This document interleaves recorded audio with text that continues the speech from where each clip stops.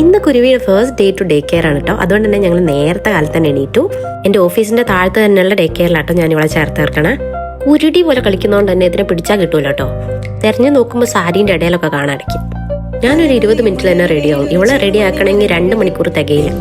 ആറ്റ് നോറ്റൊരു പെൺകുഞ്ഞിനെ കിട്ടിയപ്പോൾ എന്തൊക്കെ മോഹങ്ങളായിരുന്നു അറിയോ. ഇതാണെങ്കിൽ ക്ലിപ്പും കുത്തൂല, ഫ്രോക്ക് ഇടൂല. ആൺകുട്ടിയായിട്ട് നടക്കുന്നതാണ് മൂപ്പർക്ക് ഇഷ്ടം. ഇപ്പൊ കാണുന്ന ഈ കോലായിരിക്കില്ല തിരിച്ചു വരുമ്പോൾ. എന്തായാലും ഇതിന് ഒരുക്കി വന്നപ്പോഴേക്കും ഓൾറെഡി ലേറ്റായി.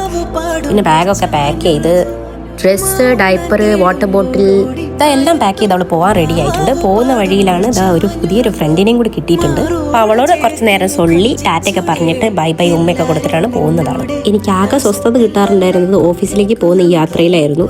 ഇപ്പം അതും കുളമായിട്ടുണ്ട്. ഈ സഹയാത്രിക കുറച്ച് അലമ്പാണേ. കുറച്ച് കഴിഞ്ഞപ്പോൾ അവൾ തനി സ്വഭാവം പുറത്തെടുത്തു. ആ ഫ്രോക്ക് അവൾക്ക് വേണ്ടാത്രേ. അങ്ങനെ ഉടനടി ഞാൻ എക്സ്ട്രാ എടുത്തിരുന്ന ഡ്രസ്സ് ഇട്ട് അങ്ങനെ ഇതാ അവൾ പോവുകയാണ്. അപ്പയുടെ കൈയും പിടിച്ചാണ് പോകുന്നത്. അവിടെ എത്തിയപ്പോൾ ഞങ്ങൾക്ക് രണ്ടുപേർക്കും ഭയങ്കര അതിശയായി. ഇത്രയും കാലം ചീറി പൊളിച്ചുകൊണ്ടിരുന്ന ഈ പെണ്ണ് അവിടെ എത്തിയപ്പോൾ ഭയങ്കര ഓക്കെ കൂളായിട്ട് അവരുടെ കൂടെ ഒക്കത്തിരുന്ന് പോയി.